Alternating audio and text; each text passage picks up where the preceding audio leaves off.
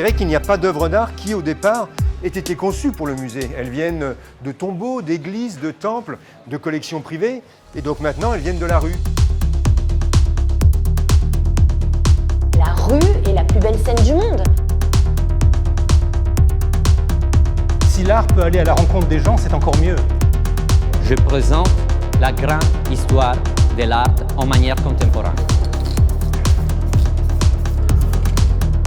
C'est un petit peu comme si d'un seul coup on se retrouvait dans le tableau nous-mêmes.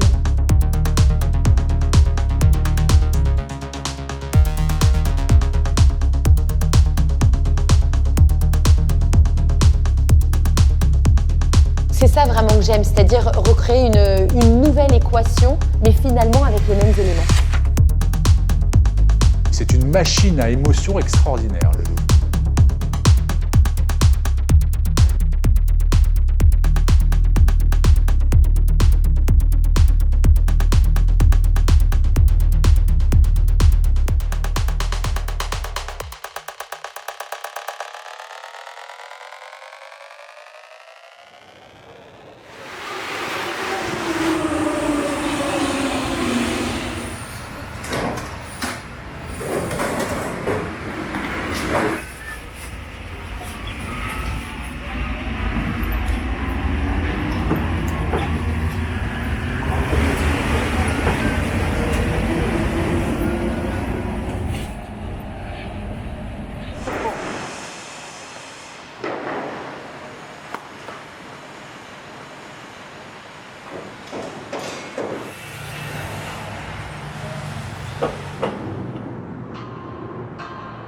Ici, l'art urbain, il prend tout son sens parce qu'on est sous le périphérique, c'est un peu le chaos ici, il y a des voitures qui passent, des constructions, des grues dans tous les sens.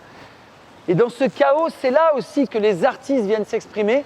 Alors c'est sûr qu'on est très loin des parquets feutrés, on est très loin du Louvre, mais en réalité, sous le street art, le Louvre, sous le street art, sous ce mouvement, il y a tous les prédécesseurs, tous ceux qui justement ont créé, qui sont rentrés dans le musée, qui aujourd'hui sont tellement admirés par ces artistes urbains.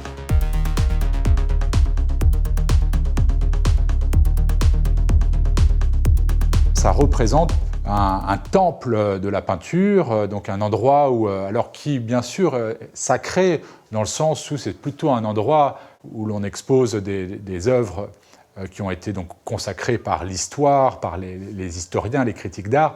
Et tous ces tableaux, en fait, ont une aura. Voilà.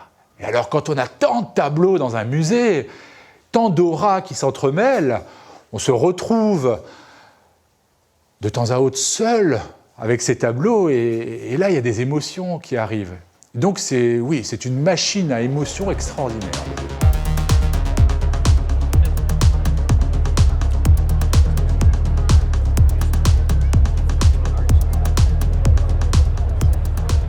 Le Louvre, c'est un musée qui doit être vivant, donc c'est un musée qui doit être ouvert aux artistes. C'est sa vocation en fait depuis le début. Mais c'est pas si évident d'entrer dans un musée. Vous voyez, ça dépend aussi de votre milieu social, ça dépend de votre passé, etc. Évidemment, nous on fait tout pour que tout le monde vienne, mais si l'art peut aller à la rencontre des gens, c'est encore mieux. Et un art qui est nouveau, qui est inspiré par, encore une fois, les chefs-d'œuvre du Louvre, mais qui transforme, qui modifie. Plus il y a cette création, cette transformation des chefs-d'œuvre du Louvre, plus ça les rend vivants, plus ça va à la rencontre des gens. Donc ça, c'est vraiment essentiel. Les artistes doivent venir pour faire des copies, pour s'inspirer, et pour que leur création soit plus forte, plus belle, grâce aux chefs-d'œuvre présentés au Louvre. Et ça, c'est vrai que c'était très vivant au XIXe siècle, et ça a été un peu oublié. Donc aujourd'hui, que les artistes extrêmement jeunes, créatifs, extrêmement brillants, viennent au Louvre pour s'inspirer, moi je trouve ça juste extraordinaire.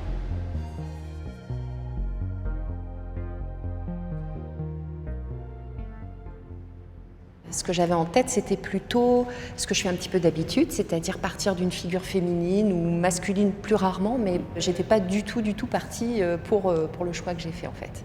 Donc je me suis promenée, etc. Et là, en fait, je dirais que je me suis fait un peu avoir quand je suis arrivée dans cette salle, parce qu'en arrivant ici, donc là, on est face aux œuvres de Géricault et Je savais qu'il avait beaucoup étudié les chevaux, mais cette salle, elle est vraiment dédiée au cheval. Et quelque part, ça a fait remonter des choses, notamment le fait que quand j'étais enfant, j'ai commencé à dessiner par le cheval. J'allais voir ma grand-mère 2-3 fois par an et qu'à chaque fois, je lui apportais un dessin de cheval. En fait, elle gardait tous les dessins et elle les affichait dans un bureau. Évidemment, c'est un animal qui me fascinait complètement et sur lequel j'ai vraiment investi toute mon observation et l'envie d'améliorer en fait l'animal. Et c'est drôle parce que Géricault a aussi commencé par le cheval.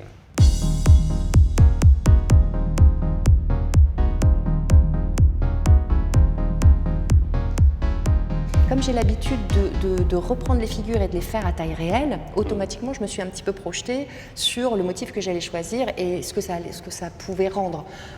Et puis aussi, il faut pouvoir les caser dans un milieu où ça puisse répondre. Là, on est en plein air et puis on a quelque chose d'assez spectaculaire. Bon. Vous prenez le motif et vous le transposez à l'échelle qu'aurait ce cheval en vrai. C'est ça l'idée, parce qu'en fin de compte, ce que je recherche, donc déjà, ça va être d'extirper ces figures, de leur trouver un contexte avec lequel ça va résonner.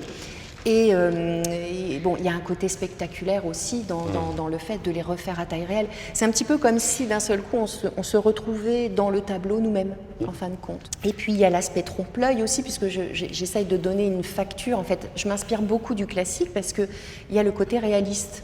Illusionniste. Le côté illusionniste. Si j'allais chercher une figure un peu plus impressionniste, on verrait tout de suite que c'est un tableau.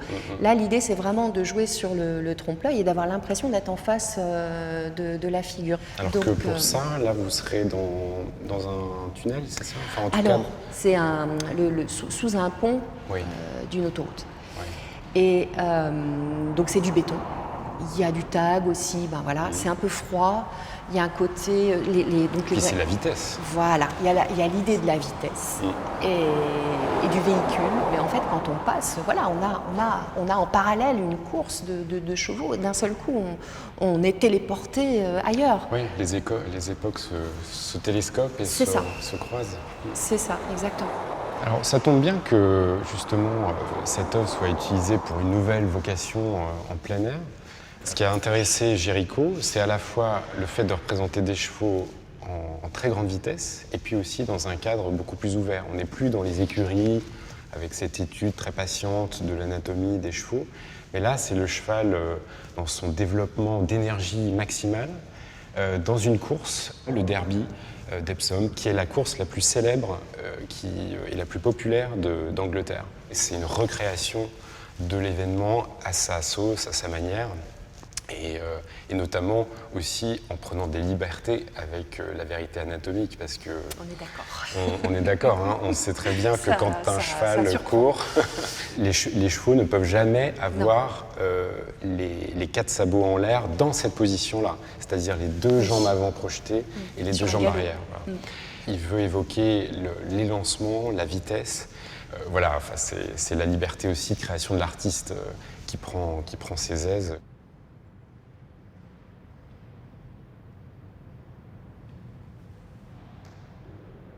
Andrea, c'est la nouvelle génération. Moi, je suis certain qu'un jour, il reviendra pour créer quelque chose, pour dialoguer avec les œuvres ici.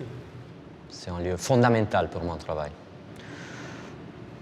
C'est parti ici, mon travail. C'est vrai que l'art urbain, c'est un art très démocratique.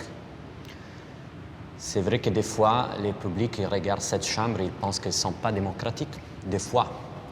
Et moi, je me bats pour cette question. Je me bats pour faire sortir ce tableau, ou des petites parties de ce tableau, dans la rue et rendre accessible à tout le monde cette merveille. Parce que c'est le patrimoine artistique de tout le monde.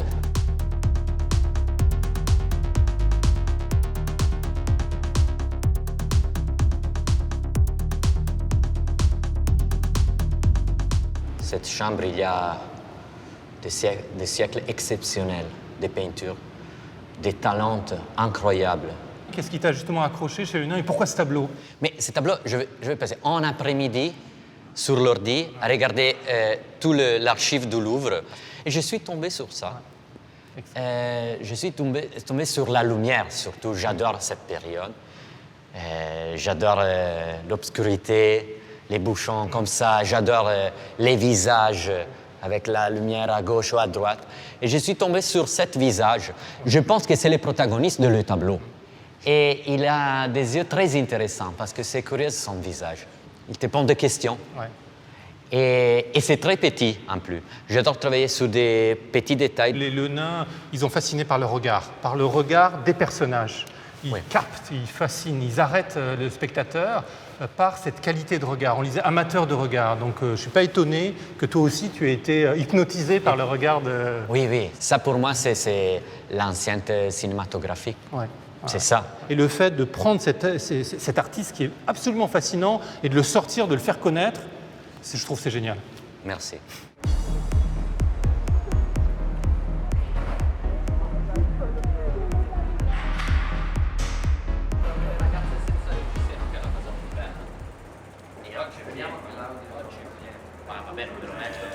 Non me lo mettono poi sicuramente.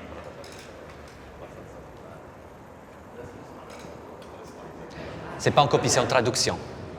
C'est vraiment en traduction pour moi. C'est en réinterprétation. La bombe, c'est pas raffiné, c'est pas fin comme l'huile. C'est vraiment un petit peu agressif. C'est pas contrôlable. Je touche pas la surface. Je vulgarise un petit peu l'huile pour rendre plus accessible l'œuvre originale qui se trouve dans les Louvres. Toutes les fois, je pense à les peintres. Toutes les fois, je cherche la manière qu'il a fait cette peinture. Je cherche de traduire cette geste avec la bombe. Aussi la bombe qu'il a eu une évolution incroyable. Au début, quand je vais commencer à faire des graffitis, il y a 15 couleurs. 15. Aujourd'hui, je vais l'accès à 250 couleurs.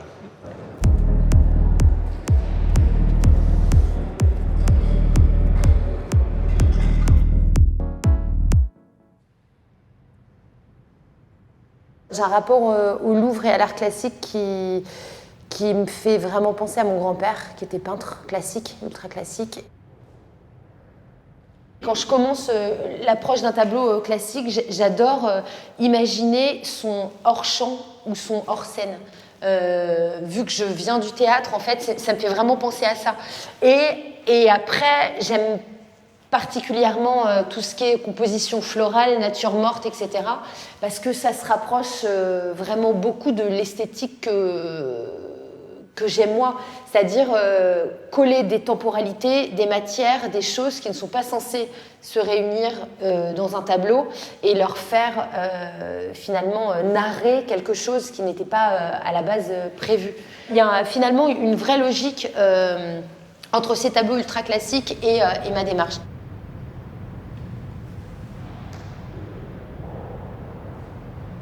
Déjà, je ne sais pas si je suis une artiste, j'ai toujours un peu de mal à le dire. J'ai toujours un peu tendance à penser que c'est les autres qui peuvent dire que je suis artiste ou pas, c'est pas moi. Donc, forcément, du coup, quand je me retrouve dans une position comme celle-ci, à me retrouver en plein milieu de tableaux ultra classiques dans cette institution, je sens peser le syndrome de l'imposture plus que d'habitude encore. C'est-à-dire que je me sens complètement ignarde quand je viens ici, vraiment, et particulièrement quand j'ai l'occasion d'avoir des visites privées ou des discussions avec des conservateurs. C'est vrai que je sens l'étendue de mon inculture. Et c'est aussi en ça que j'adore venir là. Donc c'est un peu du je t'aime moi non plus, l'art classique pour moi.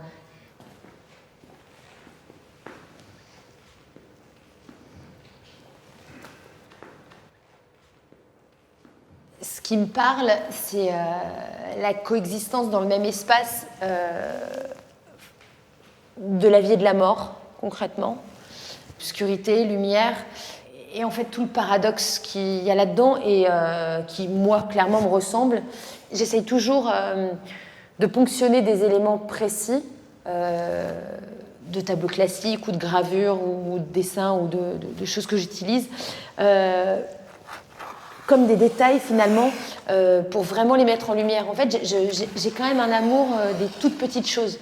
Donc c'est ça vraiment que j'aime, c'est-à-dire recréer une nouvelle équation, mais finalement avec les mêmes éléments. Je vais transposer ça dans l'espace public de manière éphémère. Et je pense que c'est aussi ma manière à moi d'inscrire cet aspect éphémère dans la continuité de mon travail. C'est-à-dire qu'il y a quelque chose dans le fait que ça disparaisse qui me touche et qui donne du sens à mon travail. Finalement, de la trace qu'on essaye tous de laisser, c'est un désir de pérennité que j'essaye de briser, à mon avis. Je suis tellement flippée du temps qui passe et finalement du temps qui abîme les choses que ça m'intéresse d'inscrire ça dans l'espace public, comme une espèce de conscientisation du temps qui passe, mais tout en incluant l'histoire. J'essaye d'offrir une lecture peut-être plus sensible, parce qu'éphémère et fragile dans l'espace public, de quelque chose de pérenne dans les musées, je pense. Ce qui nous intéresse dans le rapport avec cette nouvelle génération d'artistes, c'est de voir de quels motifs ils vont s'emparer, qu'est-ce qu'ils vont remarquer dans les collections du Louvre, qu'est-ce qu'ils vont laisser de côté. Ça traduit déjà l'évolution du goût, des intérêts de notre époque. Et puis comment ils vont le transposer, avec quelle différence de médium. Les peintres du 19e, ils utilisaient l'huile sur toile pour s'exprimer, pour fixer les formes qu'ils créaient. Et aujourd'hui, voir un artiste reprendre un motif, mais à la bombe, avec d'autres matériaux, sur un autre support, pour une autre vocation aussi, ça fait sortir les collections des murs de cette forteresse aussi, de ce palais qu'est le Louvre. Et on voit comment un motif va envahir l'espace public, va distiller un petit peu la richesse et l'esprit du Louvre en dehors des ors du palais. Hyper classique en fait ce que je fais, c'est vraiment un travail au carreau avec un bout de fusain, un bout de charbon. Et en fait, moi mon souci c'est pas de faire trop de détails, mais que le dessin, donc les proportions soient vraiment nickel.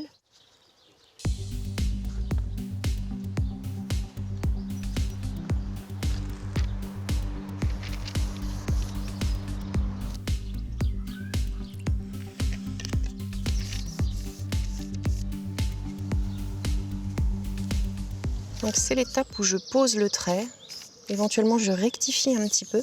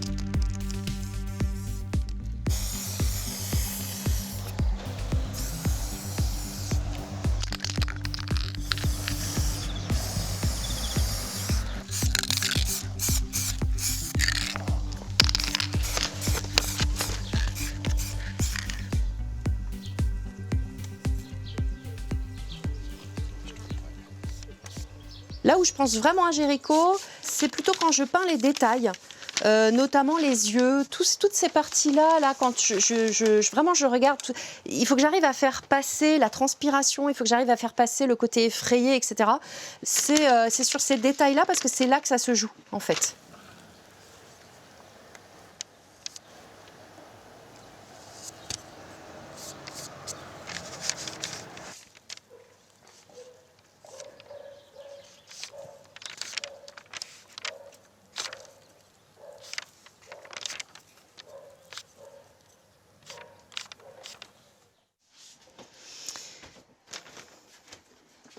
Donc là, c'est l'étape de la découpe. Et en fait, c'est une étape super importante. Je dirais que le ciseau, c'est comme un crayon. C'est lui qui va faire la forme définitive. J'ai l'impression de démouler une sculpture. C'est vraiment l'étape où le motif apparaît, en fait. D'un seul coup, voilà, la forme est extraite de son fond et elle apparaît. Ça va être complètement dingue de les voir comme ça, à taille réelle. J'ai hâte.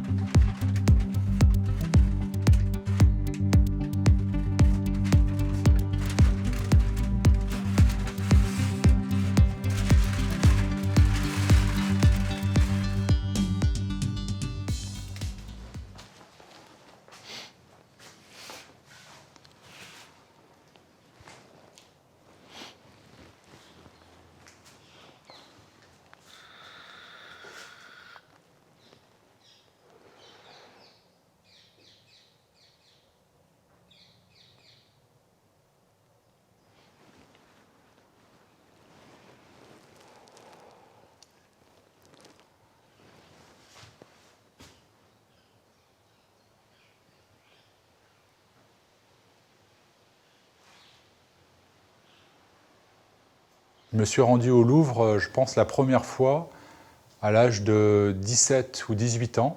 Il s'agit en fait de coups de fil anonymes que je donnais à des galeristes parisiens. J'ai appelé ces galeristes en leur demandant comment devient-on artiste. Et j'ai eu tout type de réponses. Et un monsieur avait été très généreux au téléphone.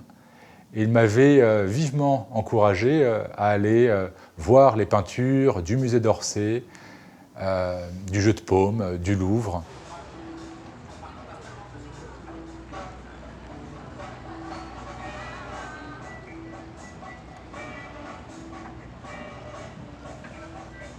Le street art, qui est un art essentiellement figuratif, va bien sûr avoir besoin de références et aussi peut-être de trouver une certaine légitimité dans la citation de chefs-d'œuvre comme par exemple la Joconde. C'est une façon, je dirais, de s'inscrire dans une continuité d'une part et puis de faire rejaillir un petit peu du prestige de cette œuvre célèbre en s'essayant soi-même à passer par cet exercice. Et puis d'une façon, je dirais, plus profonde, ce sont des artistes qui vont apprendre, en l'occurrence de Léonard de Vinci, c'est-à-dire qu'ils vont se passionner pour ses écrits, parce que le traité de la peinture, c'est tout à fait accessible aujourd'hui. Et petit à petit, c'est une sorte de formation continue, le fait d'aller se nourrir constamment chez les artistes anciens. Finalement, les street artistes, les artistes urbains d'aujourd'hui, sont vraiment les héritiers des grands maîtres d'hier.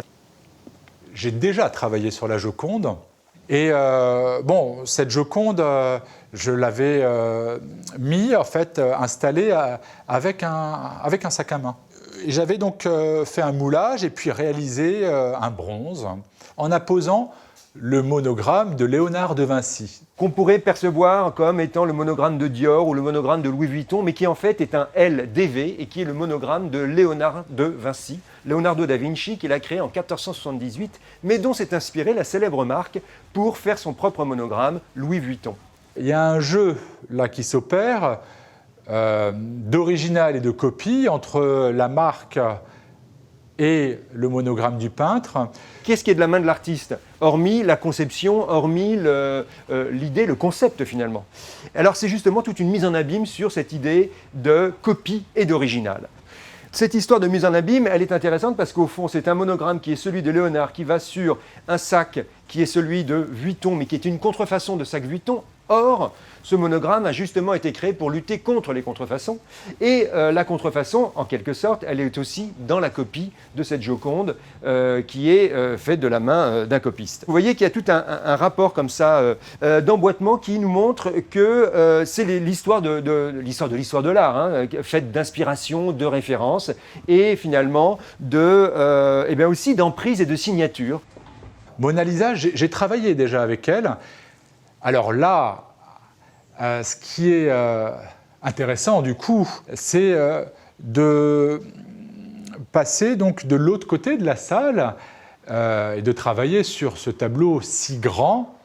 Alors, la raison pour laquelle j'ai eu envie, j'ai eu l'idée de travailler sur les noces de Cana, c'est parce qu'on est sur une peinture d'histoire, bien sûr, mais qui donne à voir un repas. J'ai déjà travaillé sur le thème du repas, et le tableau était le tableau de Léonard de Vinci, La Scène. J'avais mis en rapport ce repas avec un repas qui s'était tenu à la Maison-Blanche, organisé par Barack Obama. Je pense que c'est une œuvre majeure par son format, par ce cadre absolument incroyable. Il y a 2 niveaux de lecture. On voit la scène de Vinci qui est reproduite en arrière-plan. Et puis, en premier plan, on a en fait la peinture qui réunit tous les décideurs de la Silicon Valley. On devine Steve Jobs, Mark Zuckerberg et Zeus qui s'attaque souvent au rapport avec les marques, avec l'importance des marques et des entreprises dans la société, qui fait ce travail de liquidation des marques. Ici, vient porter ce regard sur ces grands patrons de la tech. Et puis, il y a ce toast qui est levé et ce mystère de savoir à quoi ces gens trinquent. Est-ce que c'est ce nouveau monde qui s'ouvre? Et aujourd'hui, 10 ans plus tard, on voit bien comment ces outils, comment ces sites, comment ces réseaux sociaux ont littéralement bouleversé le monde. Ce qui m'a donc intéressé et surtout inspiré, c'est le fait de pouvoir créer un prolongement. Donc, dans mon travail, ça c'est une sorte de leitmotiv. Déjà, lorsque je travaillais à contourner les ombres du mobilier urbain, j'expliquais que j'aime travailler avec ce qui existe déjà et le prolonger. Je suis tombé sur ces images d'actualité, cette news, du fait que la salle dans laquelle se trouve la Joconde et les noces de Cana a été, il y a quelques années, donc, louée pour y organiser un repas donc par une société française de mode pour célébrer une collection de sacs d'un artiste américain. Et là, on est dans une situation qui prolonge donc, ce repas peint par Véronèse. Et c'est ça qui m'a intéressé. Ce qui m'a intéressé, c'est vraiment de venir cristalliser par un travail de photographie et de peinture ce moment-là.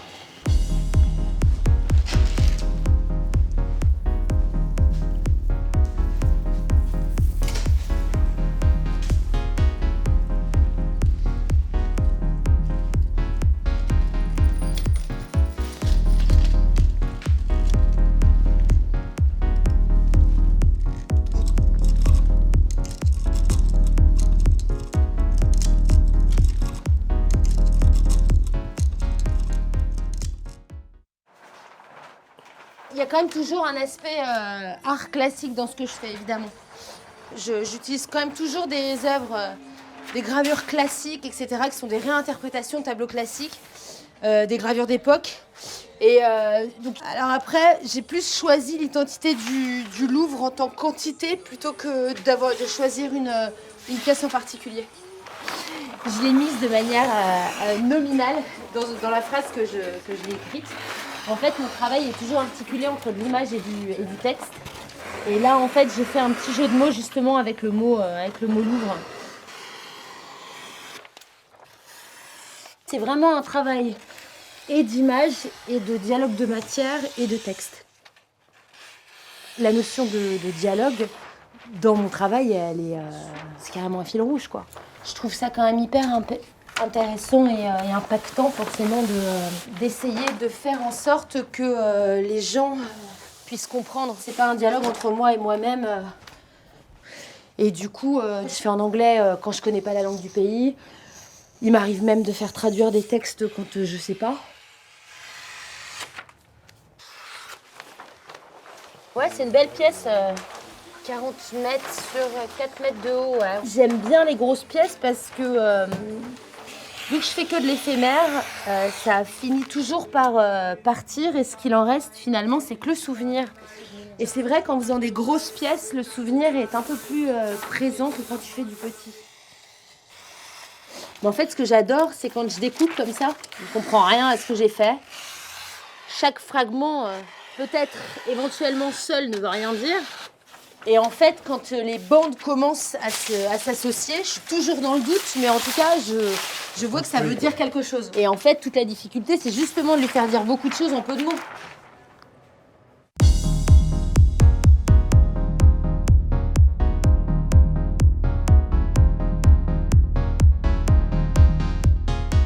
On est ici dans le tunnel des Tuileries.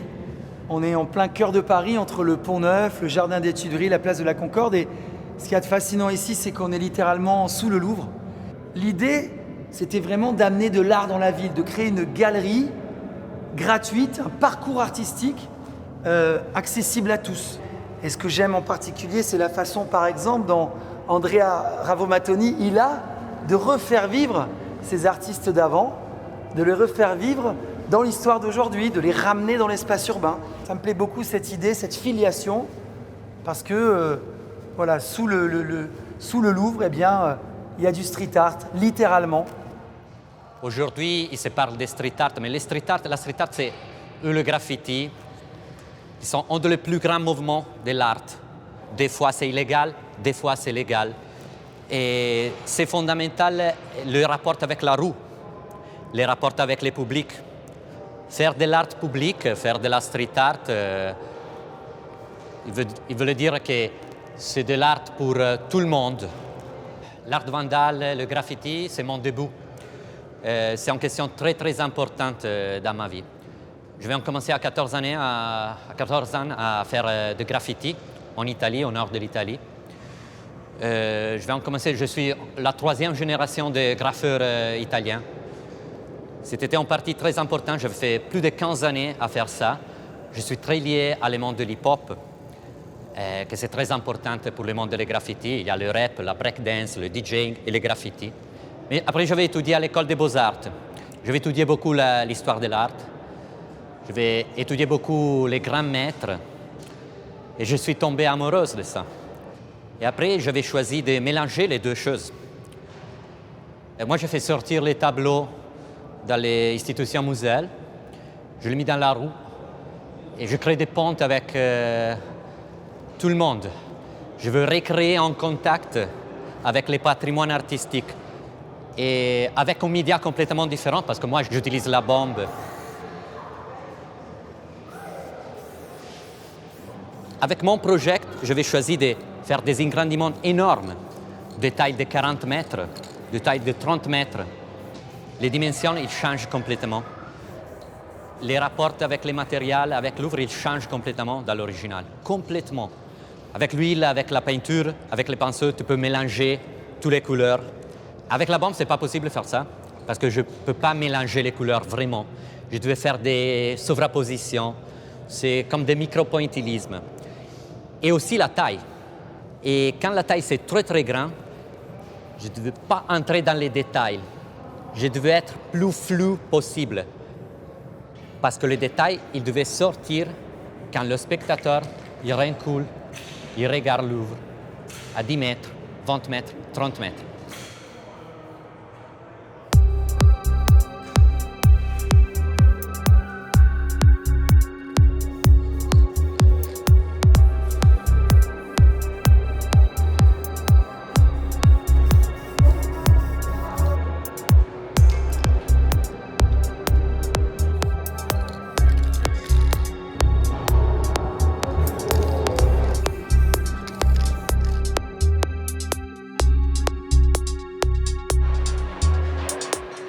C'est en reconnaissance et je suis très heureuse parce que c'est la plus grande institution muséale au monde qui a compris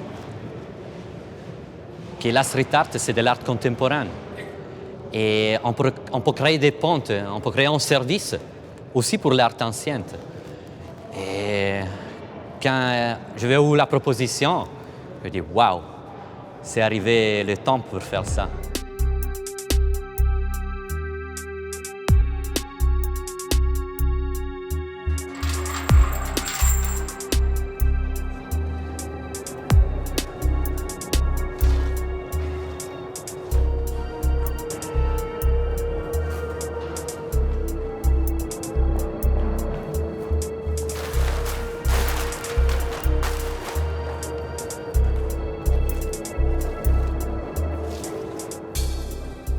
suis inspirée par les événements actuels, la société dans laquelle je vis forcément, mes relations humaines, tout m'inspire.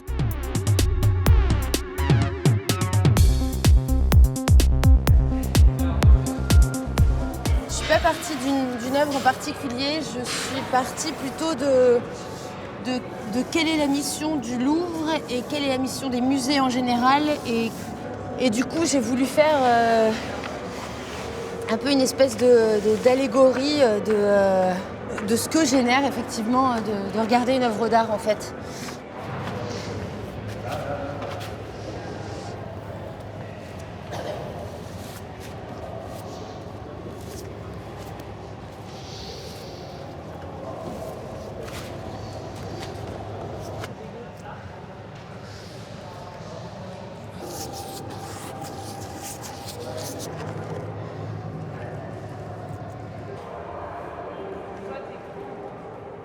Je pense que la frontière, elle est ultra ténue entre de l'art et de l'artisanat. Et je pense qu'à mon niveau, je suis plus du côté de l'artisanat que de l'art. Il y a quand même quelque chose dans la rue.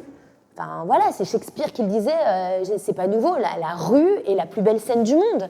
Parce que ça vit, parce que c'est là où se créent les petites choses, des tout petits détails qu'on va ponctionner pour en faire des grandes scènes. C'est ça, finalement.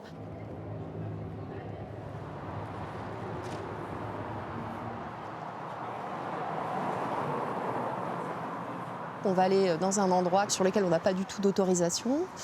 Bon, après, moi, je suis assez tranquille parce que c'est du collage. En général, j'ai jamais eu de problème parce que ça détériore pas.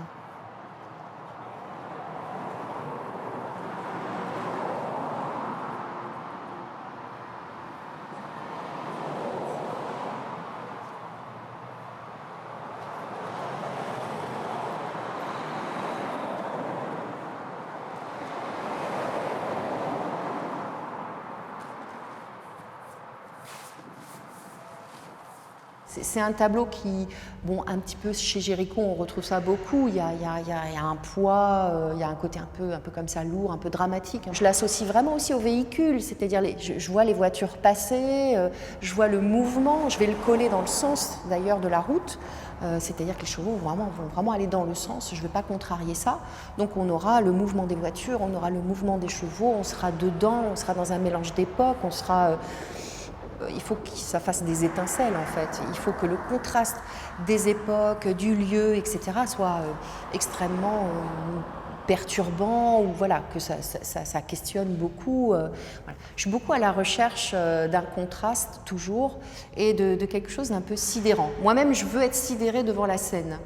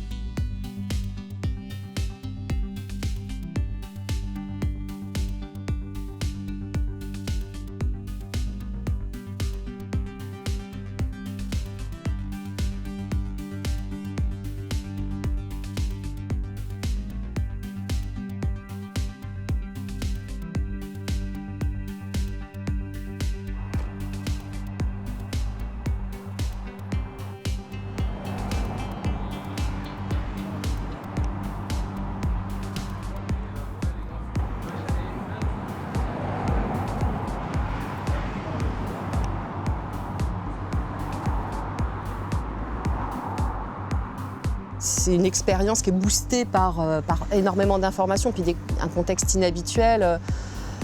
Je crois que ça restera unique, hein, ça c'est clair.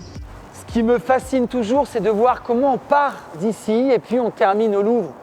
De voir qu'est-ce qui se passe, quel est le cheminement entre le travail dans la rue, l'essence de ce mouvement, l'ADN, Et puis ensuite, la reconnaissance, le fait de pouvoir ensuite être reconnu, être sanctuarisé. C'est pas un hasard aujourd'hui que nos 4 artistes rentrent dans le Louvre.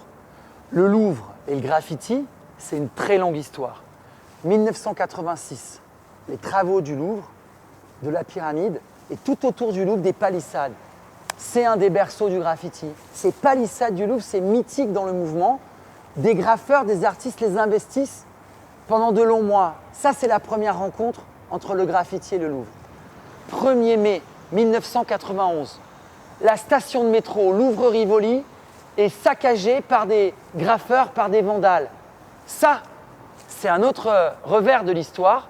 Et là, c'est une guerre entre le Louvre, la station de métro, les moules des sculptures qui sont attaquées, qui sont vandalisées, qui sont peintes complètement par des graffeurs.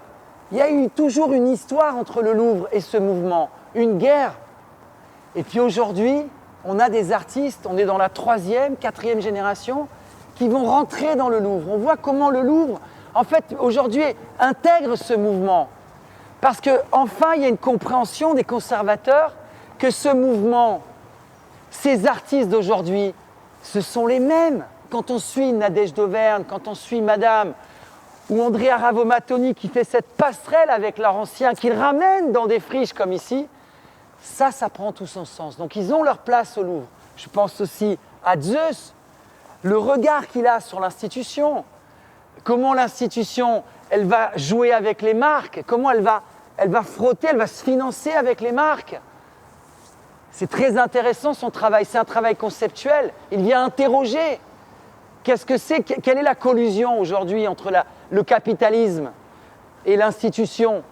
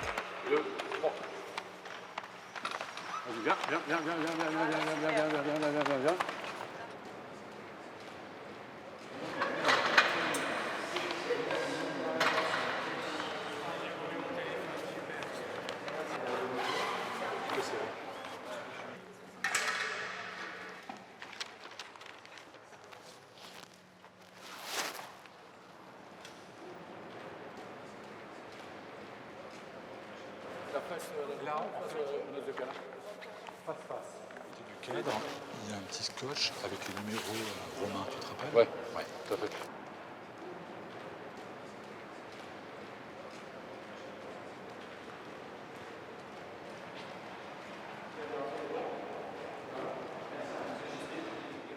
Jésus est au centre de la composition de Véronèse.